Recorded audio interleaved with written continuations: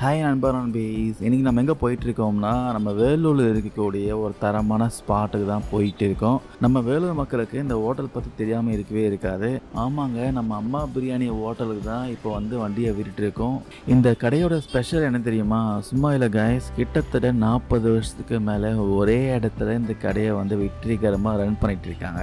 40 வருஷமாக ஒரு கடை நிலைச்சி இருக்குதுன்னா அங்கே டேஸ்ட்டு எந்த அளவுக்கு இருக்கும்ன்ட்டு நீங்களே யோசிச்சு பாருங்கள். பொதுவாகவே நான் எப்போல்லாம் வேலூர் பக்கம் வந்தாலும் சரி, இந்த அம்மா பிரியாணி ஹோட்டலை சாப்பிடாம ஊர் திரும்பவே மாட்டேன். அது ஏன்னு தெரியல, ஒரு பழக்கமாகவே இது மாறிடுச்சு. கடையை நெருங்கும் போதே அந்த பிரியாணி வாசம் பார்த்தீங்கன்னா நம்மளை அப்படியே சுண்டி இருக்கும். கடையில் எப்போ பார்த்தாலும் பார்த்தீங்கன்னா நல்ல கூட்டம் இருந்துகிட்டே இருக்கும். சரி, உள்ளே போய் உட்காந்து நம்ம வேட்டையை ஆரம்பிச்சிடலாம் சொல்லிட்டு ஹோட்டலுக்குள்ளே போனோம். இங்கே ஹோட்டல் பார்த்தீங்கன்னா ஸ்டெப்ஸ் குறுகலாக தான் இருக்கும். அட் ஏ டைமில் ஒன்று மேலே போகலாம், இல்லை கீழே இறங்கலாம். 2 பேரும் அட் ஏ டைமில் பண்ண முடியாது.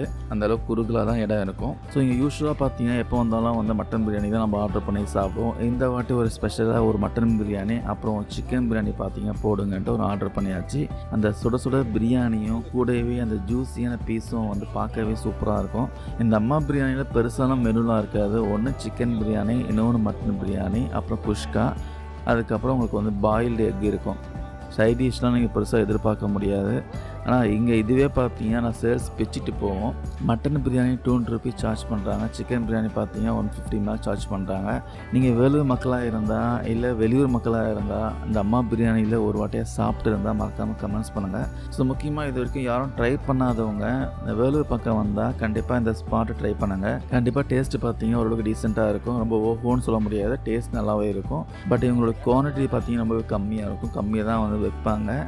பீஸும் பார்த்தீங்கன்னா அந்தளவுக்கு இருக்காது. நம்ம கொடுக்குற ப்ரைஸுக்கு குவாலிட்டி வேணால் கம்மியாக இருக்கா, குவாலிட்டியில் காம்ப்ரமைஸ் பண்ணல. ஸோ எப்போலாம் நான் வேலூர் பக்கம் வரோம்னா கண்டிப்பாக இந்த அம்மா பிரியாணியில் ஒரு பிடிக்காம நான் போகவே மாட்டேன். இது வரைக்கும் ஏதாவது ட்ரை பண்ணாமல் இருந்தீங்கன்னா மறக்காமல் இந்த ஹோட்டலுக்கு ட்ரை பண்ணுங்கள். இந்த ஹோட்டல் எங்கேயுமே இல்லை, பழைய பஸ் ஸ்டாண்ட் இருக்குது பார்த்தீங்களா, அங்கே பேக் சைடில் தான் இந்த ஹோட்டல் இருக்குது. ஸோ தேங்க்யூ கைஸ், டாடா பாய்.